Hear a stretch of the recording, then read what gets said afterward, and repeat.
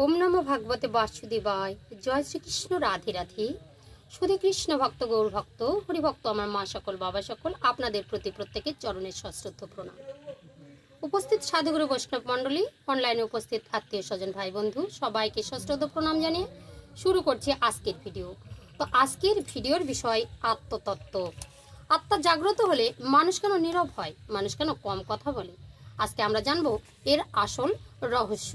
তো ততক্ষণ আপনাদেরকে অনুরোধ করব ভিডিওটি একদম স্কিপ না করে পুরো ভিডিও দেখুন। যদি ভিডিও দেখে ভালো লাগে অবশ্যই চ্যানেলে লাইক, শেয়ার, কমেন্ট করে চ্যানেলটি সাবস্ক্রাইব করে পাশে থাকবেন। তো এরকম দেহতত্ত্ব, আত্মতত্ত্ব ভিডিও কিন্তু অনেকই আমার চ্যানেলে রয়েছে, আপনারা অবশ্যই দেখে নিতে পারেন।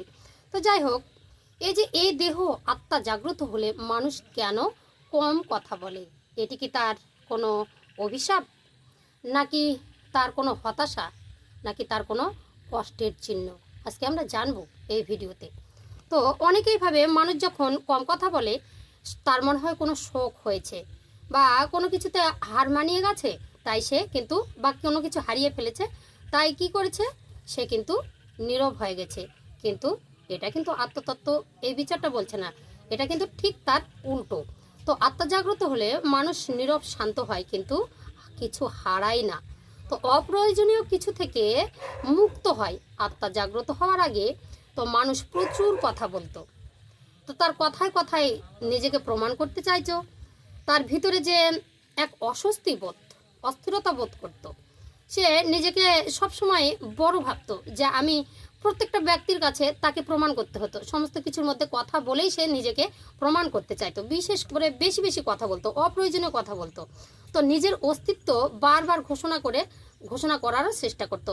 তখন তার আত্মরক্ষা নয়, সে আত্মার বিরুদ্ধে আচরণ করে আত্মার বিনাশ ঘটানোর চেষ্টা করছে।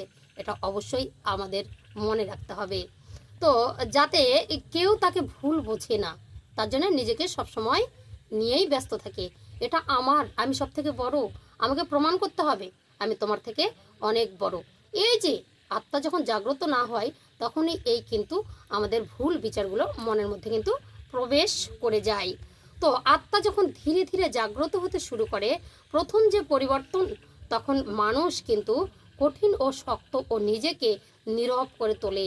আর সে নিজেকে বোঝার চেষ্টা করে, নিজের ভিতর সুখ খুঁজে পায়। তো আমাদের অবশ্যই কর্তব্য নিজেকে জানা, নিজেকে চেনা, যে সত্য যেটা, সেটাকে আমাদের মেনে নেওয়া। তো আত্মজাগ্রত না হলে তা কিন্তু কেউ মানতে পারে না। তো ভিতরের শব্দ শোনা শুরু হলে তারা বাইরের শব্দে কোনো আকৃষ্ট হন না। তো আমাকে প্রমাণ করতেই হবে, অপ্রয়োজনীয় কথা বলে নিজেকে প্রমাণ করার চেষ্টা করতে হবে, যেটা বোঝে না তাকে জোর করে বোঝানোর চেষ্টা করা, এটা কিন্তু তখন তারা করে না। তো আত্মা জাগ্রত হলে মানুষ কম কথা বলে, কারণ তখন তার সব কিছুর জবাব দেওয়ার দরকার হয় না, সব প্রশ্নের উত্তর দেওয়ার প্রয়োজন মনে হয় না, সব ভুল বোঝাবুঝি ঠিক করার কোনো দায় থাকে না। যে মানুষ তখন বুঝে ফেলে সবাই এক নয়, সবাইকে কখনোই বোঝানো সম্ভব নয়। এই যে বোঝানোটা, তো মানুষকে কি করে, তখন নিজের ভিতরে সমস্ত কিছু পেয়ে যায়, আর তখনই মানুষ নীরব হয়ে যায়। তো আত্মা জাগ্রত হওয়া মানুষ কথা তো কম বলেই, যার কারণে যেখানে কথা দিয়ে কাউকে আয়ত্তে আনার চেষ্টা করতো, সেটা তা কিন্তু আর করে না। যে দেখতে চায় না তার সামনে আলো ধরলেও, তার যে দেখতেই চাইবে না, তার সামনে আলো ধরলেও সে কিন্তু চোখ বন্ধ করে নেবে। কথায় আছে, ভরা কলসি আওয়াজ করে না। যার ভিতরে জ্ঞানে পরিপূর্ণ, সে কখনো বকবকানি করে মানুষের কাছে নিজেকে কিন্তু প্রমাণ করতে চায় না। তো এই যে তার কুলসিত শরীর, যার কুলসিত শরীর আছে, তারা আত্মাকে বোঝার চেষ্টা করে না। যারা মদ্যপান করে, অখাদ্য ভক্ষণ করে, অকথ্য কথন বলে, বা নানা রকমের কুকর্মগুলো করে বেড়ায়, তারা কিন্তু সব সময় কুঅভ্যাসে শান্তি পায়। তারা মনে করে এর মধ্যেই সমস্ত কিছু সুখ লুকিয়ে আছে। তো তারা কখনো চেষ্টাই করে না যে আত্মা কি, কেন আমাকে চুপ করে থাকতে হবে, লোকের সামনে কেন আমি নিজেকে প্রমাণ করব না, কেন আমি সবার কাছে ছোট হয়ে যাব। তো আমার কি নেই, আমি তো সব কিছু, আমি বলে নিজেকে কিন্তু সবসময় প্রমাণ করার চেষ্টা করে।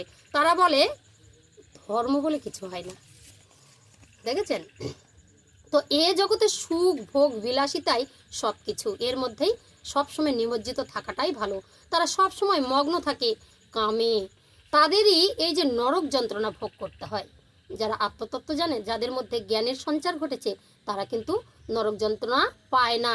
কিছুটা হলেও তাদের মধ্যে জ্ঞান অর্জন হয়, আর তার জন্যই সেইটুকু যে জ্ঞান বা ধর্ম নেই, তারা কিন্তু সেই পরমপদ লাভ করেন। হ্যাঁ, যাদের আত্মা জাগ্রত হয় ঠিক তাদের থেকে উল্টো পথে চলে। মানে যারা আত্মা জাগ্রত হয় তারা কিন্তু এই কাজগুলো করে না।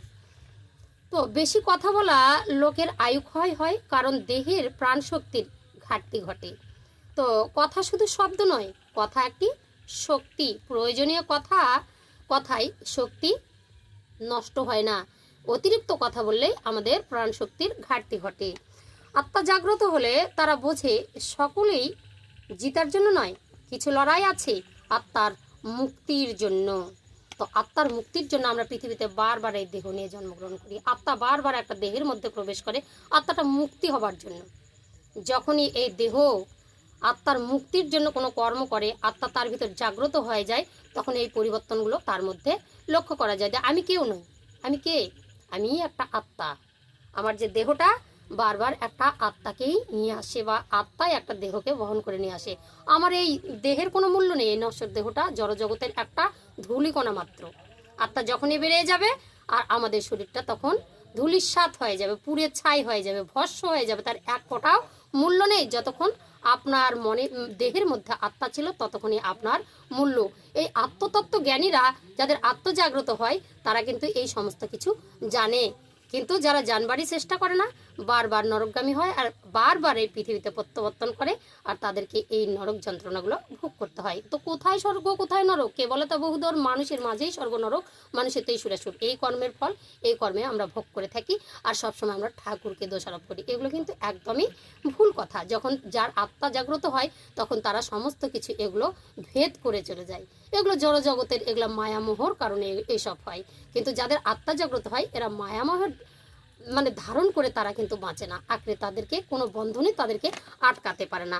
তো কথায় আছে, খালি কলসি বাজে বেশি। তো আর ভর্তি কলসি কিন্তু পরিপূর্ণ থাকে, তার কিন্তু আওয়াজও হয় না। তো যখনই একটি ব্যক্তি নীরব হয়ে যায় তখন তার জ্ঞানের পরিচয় পাওয়া যায়।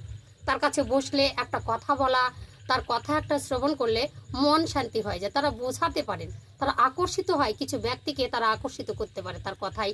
অনেক লোকেরাই ওঠা বসা করে। আর যখনই সেই আত্মতত্ত্ব ব্যক্তির কাছে আপনি যাবেন, আর যখনই আপনি তার কথাগুলো শুনে তার পথ অনুসরণ করে চলতে থাকবেন, তখন আপনিও ভাববেন বহু জন্মের স্বীকৃতির ফলে আপনি তার দর্শন পেয়েছেন।